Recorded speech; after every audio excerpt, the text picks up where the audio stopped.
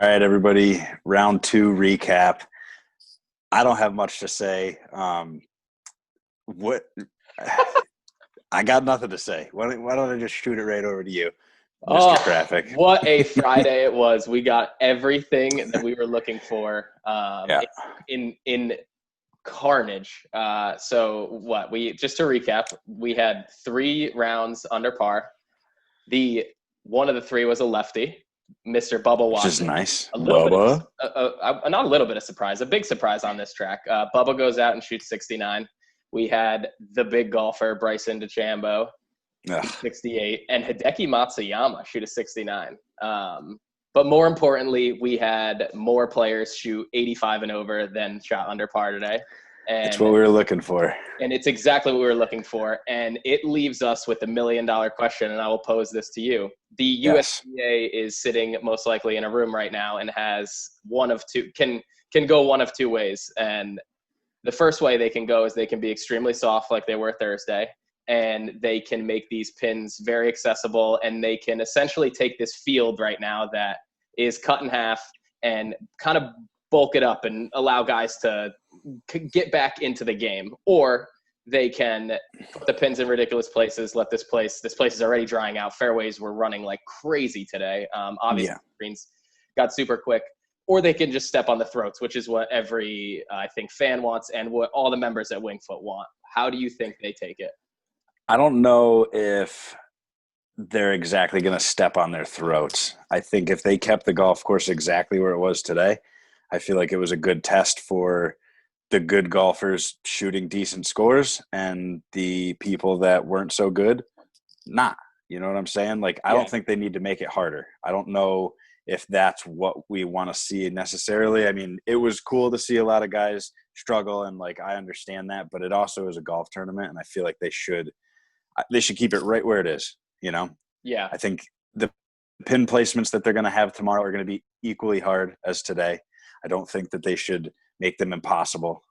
Saturday is usually the day that they say that they've lost the course or whatever, something like that. So, Yeah. um, honestly, I know I heard the previous night, Thursday night, that Robidoux was pissed at how Super bad. soft it was Thursday, like super mad. So I also think that he thinks the same way. Um, doesn't want it to be impossible, but wants it to be a true test. And I hope that they keep it right where it is, because today was pretty sick, man. I saw Thomas Peters' first shot into one. He was down by one going into the first hole, Yep. and he wasn't at the end of the day. Yeah. But the ball hit the green. He hit a great shot, but the bounce on the green was completely different. It just shot straight up, and you heard the announcer just go, "Whoa." So I knew right from there it was only going to get worse. Yeah. More, I say worse, but just more firm, more challenging. And I think it played great. I really do. Yeah. So to your point, today's the flags, there were 10 flags that were within 5 paces of the edge of a green, Yeah. which is exactly what we wanted to see. I think to your point, I think I agree that they need to do the same exact thing. Yeah. Keep the setup the same and let the rough's obviously going to grow. This plate, it's going to get firmer Yeah. throughout the weekend. So it's just naturally going to get harder on top of the pressure. I really hope that tomorrow does not play easier. Have we checked weather? Is it supposed to sprinkle a little bit tomorrow? Yeah, I think that was today. I think we're good for the weekend. It's going to be very You. cool though. It's going to be cool. And I then wouldn't have obviously mind. a big thing from today was the wind picked up, and it was a north wind, so it was Yeah. an opposite wind of yesterday, which made a majority of these holes play harder. And for these long par fours and some of the par fives, you can't, if you're into the wind 15, 20 miles an hour and you miss the fairway, you're not gonna reach the green in regulation. So you're gonna have to Absolutely. get up and down. There was one hole to, that par five, the sixth hole, right? Yep. No, the six is the short four. Oh, sorry. The 600-yard par five was. DJ and Tony Finau and whoever he was playing with all drove it like under 280 or something because of the wind. Like that's saying something, because those guys absolutely bomb. There's a couple guys. Go ahead. I was going to say, let's get into the man of the hour, Patrick Reed. Yeah. This shouldn't be too surprising as much as he is the people's champ and nobody likes him. I mean, of course, 2020, we have Bryson DeChambeau and Patrick Reed in 1 and 2. Listen, you can't take anything away from what Patrick Reed has done today. I think it was absolutely ridiculous to hear the announcers talk about him. Did you see them call him Mr. Magic Hands? I was there for that. Yeah. Mr. Magic Hands. He's got a good short game, but he doesn't deserve a Mr. Magic Hands. Mr. Magic Hands. They kept calling him. That was they disgusting. kept talking about his hands. They kept trying to make ridiculous puns about his hands. It was terrible. Give it a disgrace. But I don't know if you heard this, and this, I was going to save this for now on the tee, but do you know how many putts he had in 2 rounds? 42. 50. Wow. 25 and 25. That's pretty good. That's impressive. I gave him. I was the big golfer today. Bryson, obviously, he had a crazy. Dude, I saw his 18th hole. He hit one of the straightest, longest balls I think he hit it 380 and had like a flip wedge in and hit it to 10 feet for eagle. Like, for eagle. And unbelievable.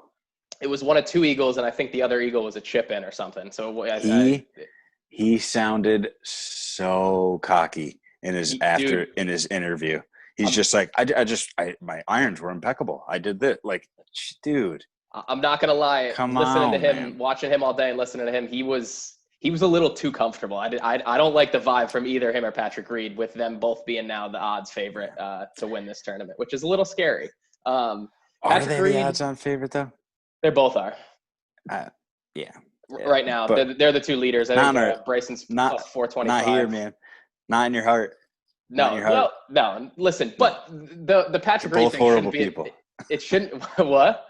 They're both horrible people. Patrick Reed's a cheater. Regardless, his mother drives a beer truck. It shouldn't be a surprise. It's not.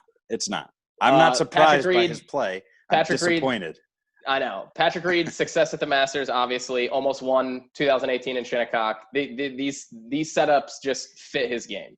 Yeah, no, he's a good golfer, but he's not a good person, and I don't support him. And if he wins, the U.S. Open in 2020 didn't happen at Winged Foot. You cannot live like that. Yes, I can. You need to accept it. Let's get the cat out of the bag. The reason that you're a hater right now is because of the head-to-head Spieth bet. Hold on, I actually had a question from one of the listeners.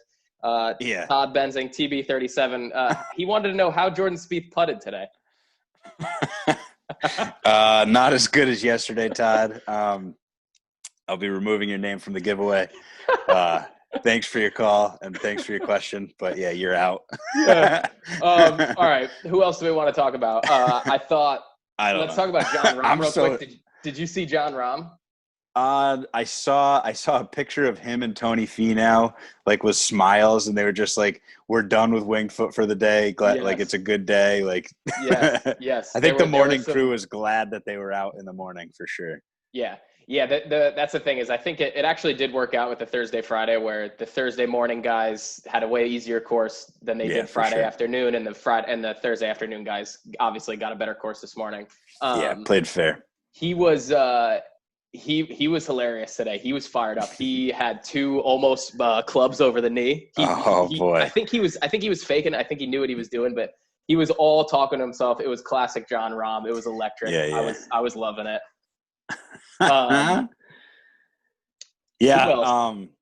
JT. How about all the guys that had like a great round and then was in the 70s? Like there was a thing. I mean, JT was surprising.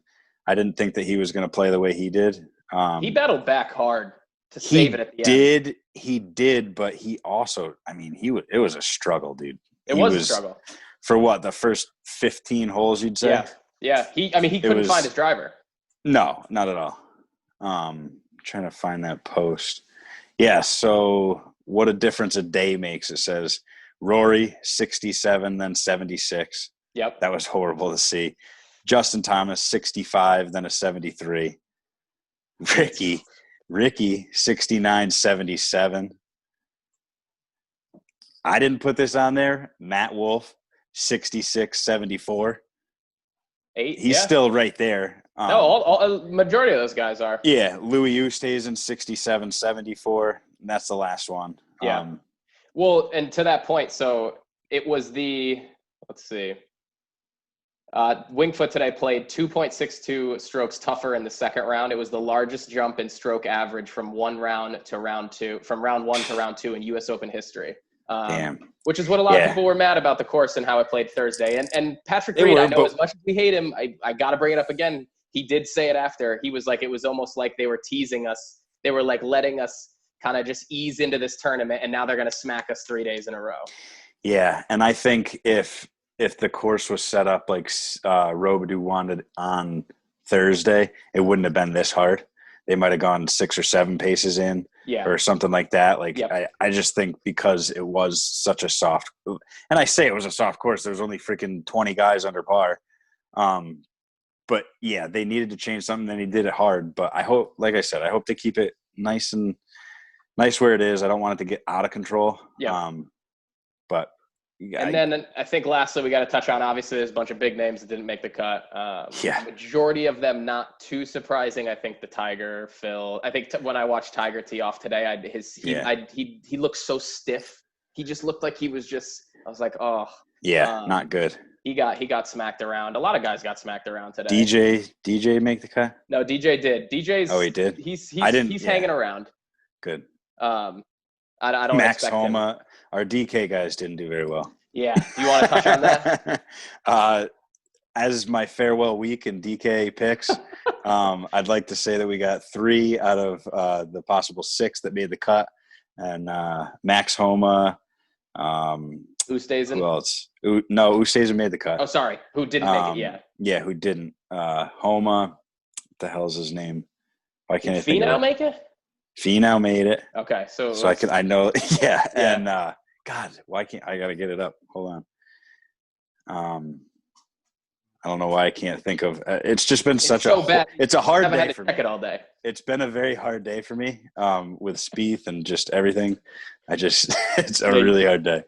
But yeah. Oh, Mr. Fleetwood. Where's Waldo? Yep. He missed the cut. Max Homa, and my boy Joel DeMaine. Who had a who had a pretty decent start Thursday. He did. Yeah, everybody was in it. Homa was +8, but whatever. Yeah, is what it is. But yeah. Farewell to DK picks. We're going to hand it over to you, see how you do for a little bit. Let's go. Not pulling for you to bomb, but whatever. Listen, we'll see. Hey, you can only go up from here. That's what I like, the platform I've been given. Exactly. So all in all, a good day. What do you think the final score is going to be? On Sunday? Yeah. It's going to be over par. You think so? I think it's definitely going to be over par. I think tomorrow's going to be. Just how much? I hope tomorrow's very hard. I think it's going to be +3, +4. I was just going to say, if they keep the course the way it is, a few people are going to be at +3. Yeah, I think so. I think we're going to see our first playoff. All right. And that's my bold take. Oh. So it should be interesting going into the weekend. I'm excited to actually watch more golf. Can't wait to actually notice the holes. And I love those glasses, man. Yeah, I'm so done with you. Cut this. Cut this, Frankie. All right. No, let's go. All right, we're going into this weekend. We'll have updates coming Saturday and Sunday. Later, people. Yeah, later.